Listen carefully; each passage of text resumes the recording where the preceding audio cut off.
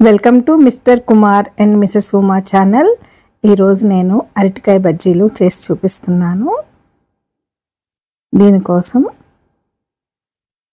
ఒక కప్పు శనగపిండిని ఒక బౌల్లో తీసుకోవాలి. తీసుకొని నేను ఒక హాఫ్ అరటికాయ తీసుకున్నాను, సగం.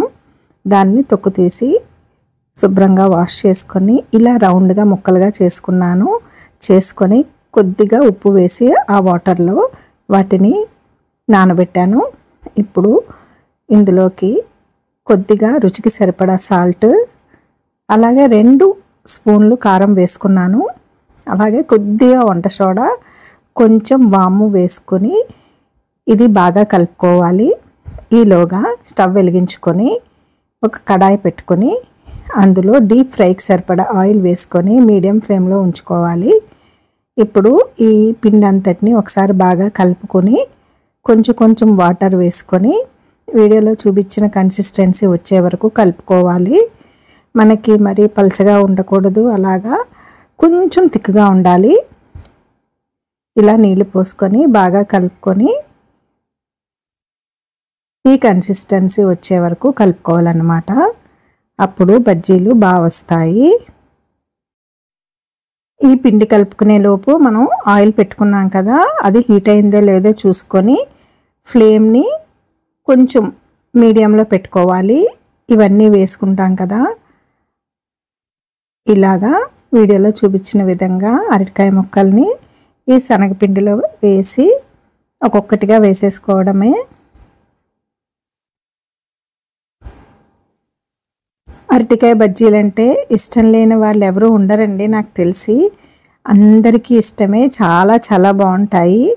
మనకి బండ్ల మీద అలాగే బీచ్లో వీటిని మనం కొనుక్కొని తింటూ ఉంటాం కదా, అది అప్పుడప్పుడు అలా తింటే పర్వాలేదు. కానీ ఇలా ఇంట్లో మనం కనుక రోజు చేసుకున్నట్లయితే మనకు కావలసినప్పుడు ఈవినింగ్ స్నాక్గా హెల్తీగా ఉంటుంది. చాలా ఈజీగా కూడా అయిపోతుంది. ఒక పావు గంటలో మనం ఈ అరటికాయ బజ్జీలని ప్రిపేర్ చేసుకోవచ్చు. ఈ అరటికాయ ముక్కల్ని ఇలాగా ఆయిల్లో వేసుకున్న తర్వాత ఫ్లేమ్ని హైలో పెట్టుకొని దగ్గరుండి ఇలా ఫ్రై చేసుకోవడమేనండి. ఒక 2-3 నిమిషాల్లో ఇలా చక్కగా ఫ్రై అయిపోతాయి. ఇలా మిగతావన్నిటినీ కూడా నేను ఇలా వేసేసుకున్నాను. చూడండి ఎంత బాగా ఫ్రై అయ్యి చూస్తేనే నోరు ఊరుతుంది కదా తినాలని. నేను కోసుకున్న అరటికాయ స్లైసెస్కి పిండి కొంచెం మిగిలింది. అది వేశాక నేను ఒక బంగాళదుంపని తొక్కు తీసేసి వాష్ చేసుకొని స్లైసెస్గా కట్ చేసి ఇందులో వేసేసి ఈ బంగాళదుంప బజ్జీలు కూడా చేసేసాను. ఈ అరటికాయ బజ్జీకి మనం ఉల్లిపాయలు పెట్టుకుంటాం కదా, ఇలా సన్నగా తరుక్కొని పెట్టుకోవాలి ఉల్లిపాయలు. అందులో కొద్దిగా ఉప్పు, నేను ఒక 1.5 టేబుల్ స్పూన్ వరకు కారం వేశాను. అలాగే లాస్ట్లో కొద్దిగా కొత్తిమీర వేసుకుంటే ఈ అరటికాయ బజ్జీకి మంచి టేస్ట్ వస్తుంది. ఇవన్నీ వేసేసుకొని ఇలా కలిపేసుకొని పక్కన పెట్టేసుకోవాలి. ఇప్పుడు మనం అరటికాయ బజ్జీని ప్రిపేర్ చేసుకుందాము. ఉల్లిపాయ అన్నీ పెట్టుకొని దీనికోసం మనకి నిమ్మకాయ కూడా కావాలి. అరటికాయ బజ్జీకి మెయిన్ ఇంగ్రీడియంట్ నిమ్మకాయే కదండి. ఇప్పుడు ఇలా ఈ అరటికాయ బజ్జీల్లో మనం ఈ ఉల్లిపాయ, కారం, ఉప్పు, కొత్తిమీర కలుపుకున్నాం కదా, దీన్ని వాటిలో పెట్టేసుకుందాము. నోరు ఊరించే అరటికాయ బజ్జీ రెడీ అయిపోతుంది. ఇలా కట్ చేసుకొని ఉల్లిపాయ మిశ్రమాన్ని ఇందులో పెట్టుకొని అందులో నిమ్మకాయ పిండుకుంటే నోరు ఊరించే అరటికాయ బజ్జీ రెడీ అయిపోయింది. ఈ వీడియో కనుక మీకు నచ్చినట్లయితే లైక్ చేసి సబ్స్క్రైబ్ చేసుకొని సపోర్ట్ చేయండి. ఇలాంటి మరిన్ని మంచి వీడియోలని నా ఛానల్లో అప్లోడ్ చేస్తాను.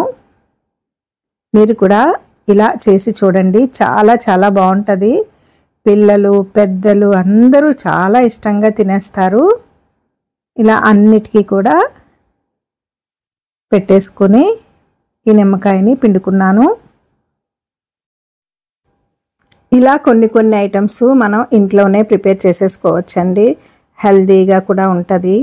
బయట అప్పుడప్పుడు తినచ్చు, కానీ ఇవన్నీ ఈజీ రెసిపీసే కాబట్టి మనం ఇంట్లో చేసుకొని చక్కగా ఈవినింగ్ స్నాక్ టీతో తీసుకుంటే చాలా చాలా బాగుంటాయి ఇవి. టేస్ట్ చాలా చాలా బాగా వచ్చిందండి. నేను మిగిలిపోయిన పిండితో బంగాళదుంప బజ్జీలు కూడా చేశాను కదా, అవి కూడా చాలా చాలా బాగున్నాయి. అసలు వాటికైతే ఇలా ఉల్లిపాయ ఏమీ పెట్టనవసరం లేదు, అంత టేస్ట్గా వచ్చాయి. ఇలా ఒకే పిండితో 2 రకాలుగా కూడా చేసేసుకోవచ్చు. Thank you for watching.